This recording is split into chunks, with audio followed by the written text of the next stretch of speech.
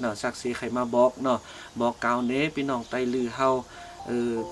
อันนี้นี่เป็นพระเจ้าอันจอยไดเตะนะเหมือนเฮามีเตะมานั่นเจิงเนาะได้เป็นศักดิ์ศรีพระเจ้าจอยเลยเนาะได้พูดได้สอนเฮียนตูมาสวัสดีพี่น้องทั้งหลายตัวข่อยเป็นคนไตยองเป็นคนอยู่เมืองยองอยู่บ้านมอนตั้งแต่เกิดมาจากพ่อแม่อันฮู้จักพระเจ้าเยซูแต่ว่าก็ฮู้จักพระเจ้าดีฮู้จักแต่ว่ามันเขาฮู้จักกันได้ดีๆแต่ว่ามีวันหนึ่งได้ไปเห็นอันซ้อนกีตาร์สังดรัมสังไปที่เมืองมานและได้ไปซ้อนเห็นเอาที่จองที่เมืองมานอันปิ้นโกเรียเข้ามาปืดไว้เลยได้ไปเหตุการณ์แอปสลาโกเรียก่อนหนึ่งสลาก้อนนั้นนี้มันจูเหตุการณ์แอปได้ไปตีกีตาร์ออนโฮเปนาตีอันแบบเมื่อนาทีเฮาไปเฮ็ดสุดต้องสังนั่นเนี่ยแต่มีวันหนึ่งนี้ที่ปอกมาตีเฮินที่ปอกมาตีสองตีเฮินเนี่ยเนาะเลย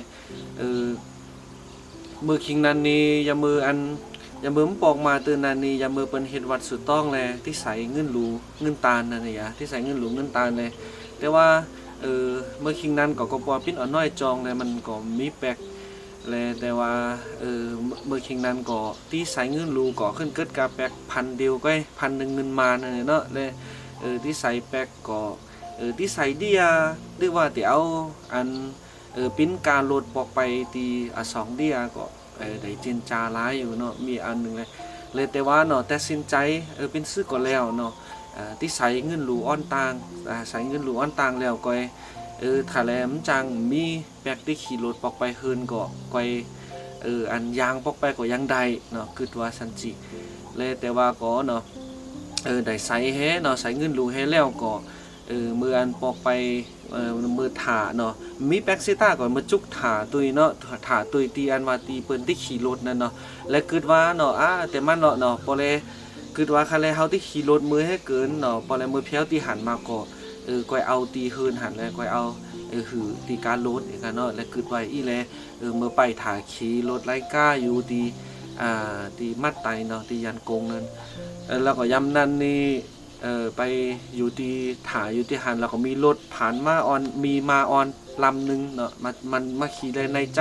ในใจนี่ว่าไม่ใครขี่แบบมันนะไม่ใครขี่รถลำนี้เตอเนาะในใจก็มันไม่ใครขืนขี่เตอเลยแต่ว่าเราก็ปล่อยรถนี่ผ่านไปแล้วก็เนาะมีมาทั้งลำหนึ่งมานี่ไปจุกถ่ายอยู่หันแล้วมันมาทั้งลำหนึ่งมานี่ตีรถลำนั้นนี่กุนก็ป้อมีร้ายแล้วก็เมื่อน่ะลำนี่ขึ้นไปก่อนที่ใดขี่ไปก่อนที่ใดอะไรขี่ไปแอปรถลำนั้นเมื่ออันใดขี่ไปแอปรถลำนั้นนี่เนาะขึ้นรถไปก็ไปหันใส่สลาก็อันจูเหตุการณ์นั้นแอปอยู่ที่นั่งอยู่ที่หันเนาะเลยสลาก็นั้นเนาะมันได้หันกันหึงกว่านี้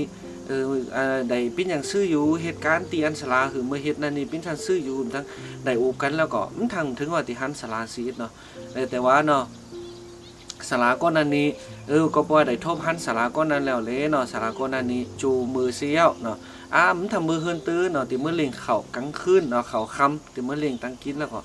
จูมือซิเลเนาะมือเล่งซิมก้าอันปั้นเงินเนาะปั้นแปลกจ่ายแท้งเนาะคุณตาที่จ่ายที่ได้สืบซิเลยอยู่ที่จองเนาะที่ได้ซ้อนเฮียนโตที่ได้ซ้อนอันจับแสงกันตั้งเรื่องตีเรื่องต่อยเนี่ยเนาะอันนี้ได้ก็ได้สืบได้ซ้อนเฮียนไปเนาะอันนี้ก็เนาะเป็นสักสีปุนตาตัวข่อยเนาะปุนตาที่ยามมือได้ขึ้นจองนั่นนี้เนาะแต่ว่า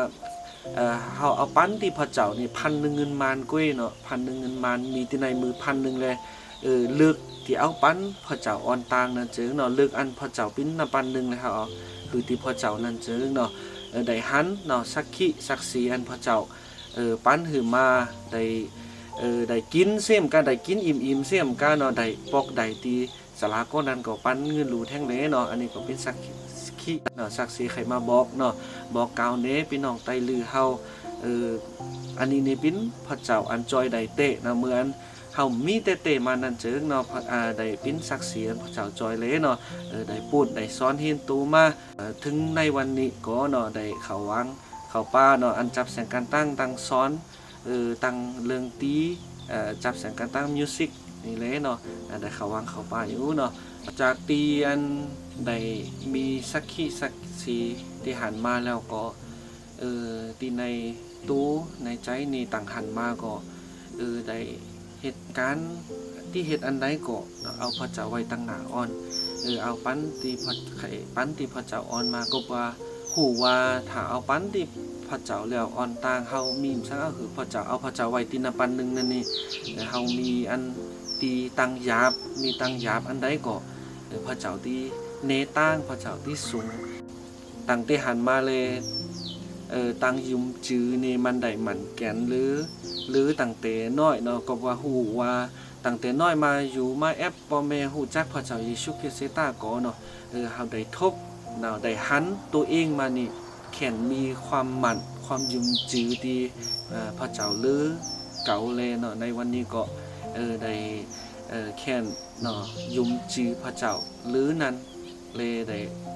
เหตุการณ์เนาะอันใดเซมว่าเนาะตั้งหันมาก็เอาพระเจ้าไว้อ่อนต่างเสียเลยเนาะเหตุการณ์มาเหตุสร้างมาต่อถึงในวันนี้